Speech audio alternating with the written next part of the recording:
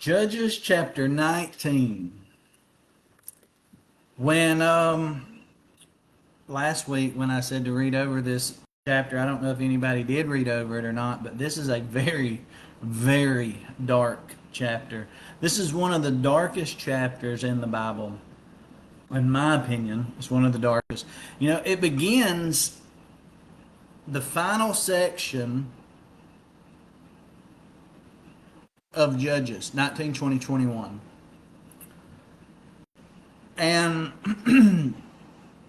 it shows what happens when God's people reject God's authority. The book of Judges, it began with Israel failing to drive out the nations.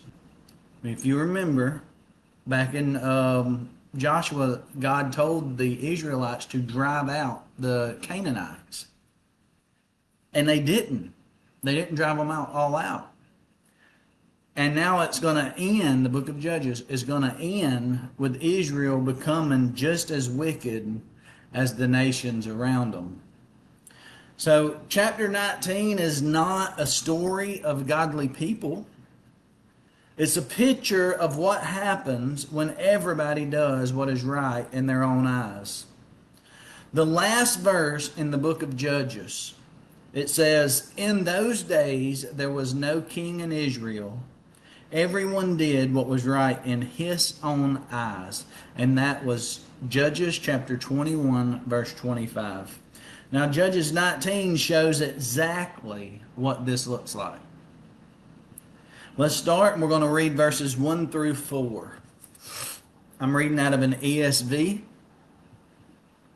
Verses 1 through 4, it says, "In those days, when there was no king in Israel, a certain Levite was sojourning in the remote parts of the hill country of Ephraim, who took to himself a concubine from Bethlehem in Judah. And his concubine was unfaithful to him. And she went away from him to her father's house in Bethlehem in Judah, and was there some 4 months. Then her husband arose and went after her, to speak kindly to her and bring her back. He had with him his servant and a couple of donkeys. And she brought him into her father's house, and when the girl's father saw him, they came to meet him with joy. And his father-in-law, the girl's father, made him stay and remained with him 3 days. So they ate and drank and spent the night there." Okay, so verse 1. A Levite takes a concubine from Bethlehem. Now, a concubine it's like a secondary wife, but with fewer legal rights and protections. Back then, that's what this was, a concubine.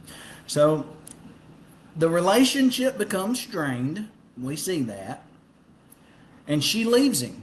She goes back to her dad's house. She goes to her father's house. For 4 months. Well, 4 months later, it says, the Levite travels to Bethlehem to bring her back. He goes to get her. Now notice how the father-in-law, he keeps delaying the Levite from leaving. It says, "And his father-in-law, the girl's father, made him stay and remained with him for 3 days." So he didn't just get her and leave. For 3 days they ate and drank and spent the night there. Let's keep reading and see what happens here. Verses 5 through 10. "And on the 4th day they arose early in the morning, and he prepared to go. But the girl's father said to his son-in-law, 'Strengthen your heart with a morsel of bread, and after that you may go. Eat some bread, and then you can go.'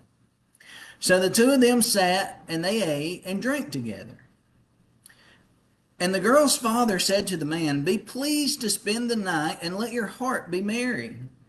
And when the man rose up to go, his father-in-law pressed him, till he spent the night there again. And on the 5th day he arose early in the morning to depart. And the girl's father said, 'Strengthen your heart, and wait until the day declines.' So they ate, both of them. And when the man and his concubine and his servant rose up to depart. His father-in-law, the girl's father, said to him, Behold, now the day has waned towards evening. Please spend the night. Behold, the day draws close to its close. Lodge here and let your heart be merry. And tomorrow you shall arise early in the morning for your journey and go home. He's still talking them into staying. He doesn't want them to leave. But the man would not spend the night. He rose up and departed and arrived opposite Gibeah, that is Jerusalem, opposite of Jerusalem. He had with him a couple of saddled donkeys, and his concubine was with him. All right, listen. At first, this sounds like hospitality. It sounds like he's just being nice. But the repeated delays, it sets the stage for tragedy that's about to follow. And sometimes we have to understand that sometimes delays that seem insignificant can place people in situations that they were never intended to be in, situations they were never intended to face. We're about to get into some good stuff here. Let's keep reading. We're going to read 11 through 15. It says, when they were near Gibeah, that's Jerusalem. When they were near Gibeah, the day was nearly over. And the servant said to his master, Come now, let us turn aside to the city of the Jebusites and spend the night in it. And his master said to him, We will not turn aside into the city of foreigners, who do not belong to the people of Israel, but we will pass on to Gibeah. And he said to his young man, Come and let us draw near to one of these places and spend the night at Gibeah or Ramah. So they passed and they went their way. And the sun went down on them near Gibeah, which belongs to Benjamin. Okay? So that Gibeah is a tribe inside of Benjamin. And they turned aside there to go in and spend the night at Gibeah, and he went in and sat down in the open square of the city, and no one took them into his house to spend the night. Listen, as evening approaches, the servant suggests staying at that nearby Jebusite city of Jerusalem. But the Levite refuses because it's got foreigners in it. They're not Israelites. They're foreigners. They're pagans. Instead, he chooses to keep going. Let's go to Gibeah, an Israelite city in the territory of Benjamin. Benjamin's one of the 12 tribes. This is one of the greatest ironies of the chapter. The Levite assumes that he's going to be safer among God's people than among the pagans. But the opposite turns out to be true. And what's this look like today? It's like people having a Christian label, but it does not guarantee, just because they have a Christian label or claim to be a Christian, does not guarantee godly behavior. A person can sit in church every Sunday and still have a heart far, far from God. Verses 15 through 21. When they were near Gibeah, the day was nearly over. I just read that, didn't I?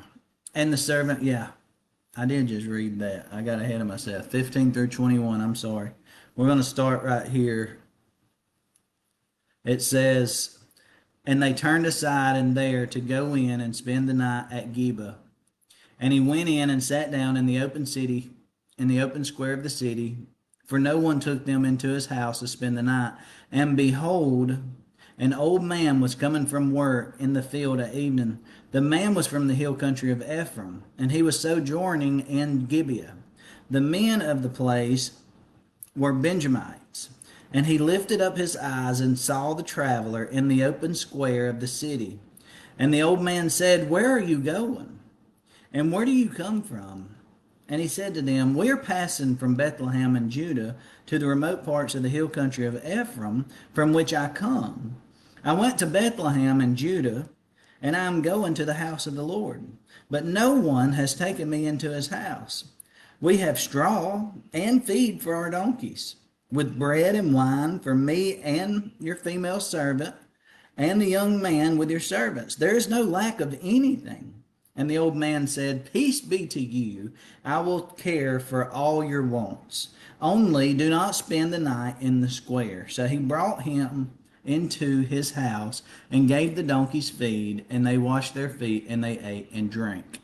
Listen, the travelers, the Levite and his group, they all arrive in Gibeah. They sit down in the town square, and nobody offers them any lodging. Nobody says you can come into my house. And then finally, this old man from Ephraim shows up, sees them, and he invites them into the house. This is shocking in the old ancient world. When you look back in the ancient times like this is shocking because hospitality was considered a sacred duty. It's just what you did. And the fact that nobody welcomes them into their house, it shows how far Israel, the people, had fallen spiritually. We're getting close here. Let's read 22 to 24. As they were making their hearts merry, behold, the men of the city, worthless fellows, surrounded the house. Okay, the men of the city surrounded the house that they went in. The old man invited them into the house. Now the house is surrounded by these people, worthless fellows, beating on the door, and they said to the old man, the master of the house, Bring out the man who came into your house, that we may know him. And the man, the master of the house, went out to them and said to them, No, my brothers, do not act so wickedly. Since this man has come into my house, do not do this vile thing. They wanted the guy. They wanted the guy. Do not do this vile thing. Use your imagination. They wanted the guy. Behold, here are my virgin daughter and his concubine. Let me bring them out now. Violate them. This is terrible. Violate them and do with them what seems good to you, but against this man, do not do this outrageous thing. The men of the city surrounded the house and demanded that the Levite be brought out so that they could abuse him. All right, this scene is horrible, but it's intentionally similar to Genesis 19. All right, so I'm going to flip back and forth. You can flip with me if you want to. I'm going to Genesis 19, and I'm going to read verses 4 and 5. And then I'm going to come back, and I'm going to read Judges again right here, verses 22. So looking right here, Genesis 19, verses 4 and 5.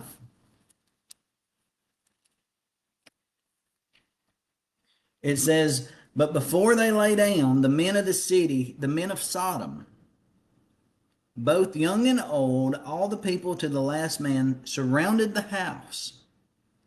And they called to Lot, Where are the men who came to you tonight? Bring them out to us that we may know them.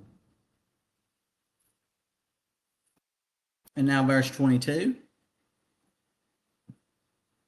As they were making their hearts merry, behold, the men of the city, worthless fellows, surrounded the house, beating on the door. And they said to the old man, the master of the house, Bring out the man who came into your house that we may know him. It's very, very, very similar. The men surrounded the house. They demanded that the male, Lot, the visitor, be brought out. They used nearly the same language. This is not an accident. The author, who I believe was Samuel, wants us to remember Sodom. Sodom and Gomorrah. They want us to remember Sodom right here. Let's read Genesis. We're still in Genesis chapter 19. We're going to read verses 7 and 8. Genesis 19, verses 7 and 8. It says, well, actually, I'm going to read 6, 7, and 8. Lot went out to the men, and at the entrance shut the door after him. Verse 7. and said, I beg you, my brothers, do not act so wickedly. Behold, I have two daughters who have not known any man. So what does that mean? Two virgin daughters. Let me bring them out to you, and do to them as you please. Only do nothing to these men, for they have come under the shelter of my roof. Now let's flip back and read 23 and 24 in Judges.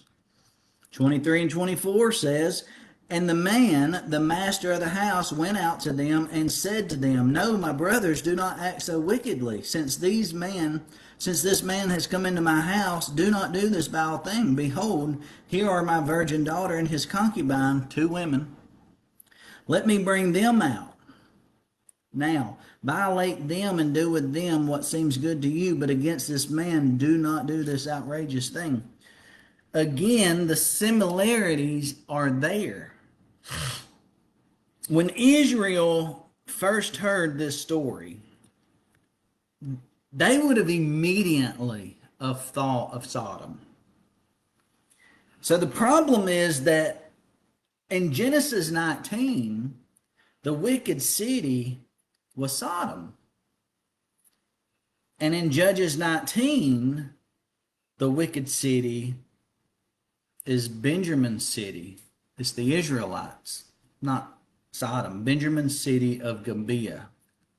The people who were supposed to be different had become exactly like the people God judged. This was God's people, the Israelites. God brought fire and brimstone on Sodom for this very thing. That's how far Israel had fallen. Instead of influencing the culture, God's people, the culture influenced them. The world is supposed to look at the church and see something different. We're supposed to be different than the world. When God's people started copying the world, spiritual disaster followed. And it still follows today. Let's keep reading. We're back in Judges 25 and 26. It says, but the men would not listen to him. So the man seized his concubine and made her go out to them. He grabbed her and made her go.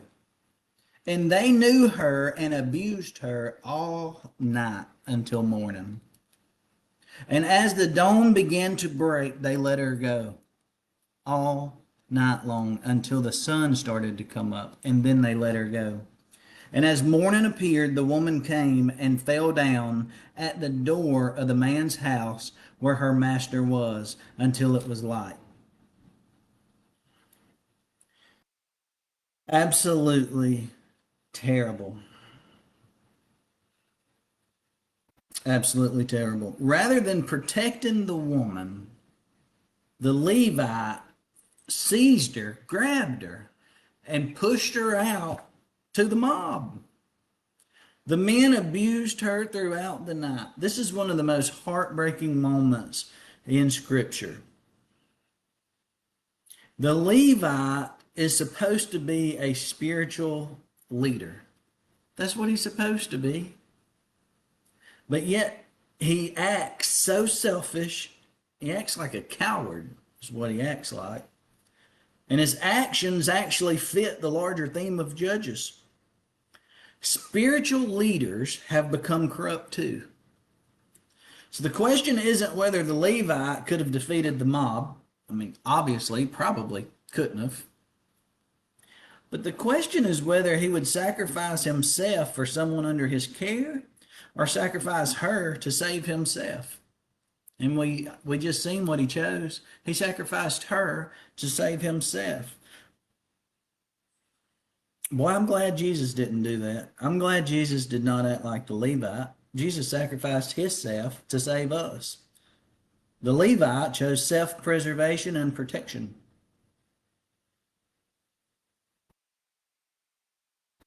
I don't know, man. That's a tough one there. That's just tough. This fits the chapter's message, though. The Levite is not presented as a righteous man trapped in an impossible situation. He's presented as part of the moral collapse that has affected Israel. Let's keep reading 27 and 28. 27 and 28. And her master rose up in the morning, and when he opened the door of the house, he went out to go on his way. Behold, there was his concubine laying at the door of the house, with her hands on the threshold, holding the threshold on the ground. There she lay. And he said to her, Get up, let's be going. But there was no answer. Then he put her on the donkey, and the man rose up and went away to his home. Listen, at daybreak, the Levite opens the door and finds the woman, his concubine, which is like a secondary wife, laying on the ground, on the porch, holding onto the threshold, dead. When he doesn't even know she's dead, but she's laying on the threshold, I imagine her clothes are all tore up. She's been raped all night long. And what does he do? He doesn't bend down and say, Hey, are you okay? Nothing. He says, Get up. Let's go. There's no grief. There's no compassion, no concern. His heart has become so hardened. I wasn't there. I didn't see any of this happen. And I still feel sympathy for this woman. He's there. And he didn't. That tells us that sin does not just affect what we do. Sin affects how we feel. And a hardened heart eventually loses compassion for others. We're going to finish this up. Verses 29 and 30. It says, And when he entered his house, when the Levite got home, the woman's on the donkey. He got her. He took his knife, and taking hold of his concubine, he divided her limb by limb. He cut her into 12 pieces and sent her throughout all the territory of Israel. And all who saw it, such a thing has never happened or been seen from the day that the people of Israel came up out of the land of Egypt until this day. Consider it, take counsel, and speak. He takes the concubine off the donkey and he cuts her into 12 pieces. And he sends a piece of her to each of the all across Israel, 12 pieces. He sends her to the tribes. And this shocks the nation. This shocks the people of Israel. Verse 30 says, There was no such deed done nor seen from the day that the children of Israel came up out from the land of Egypt until this day. Israel is horrified. A piece of a body showed up. What happened? They're horrified.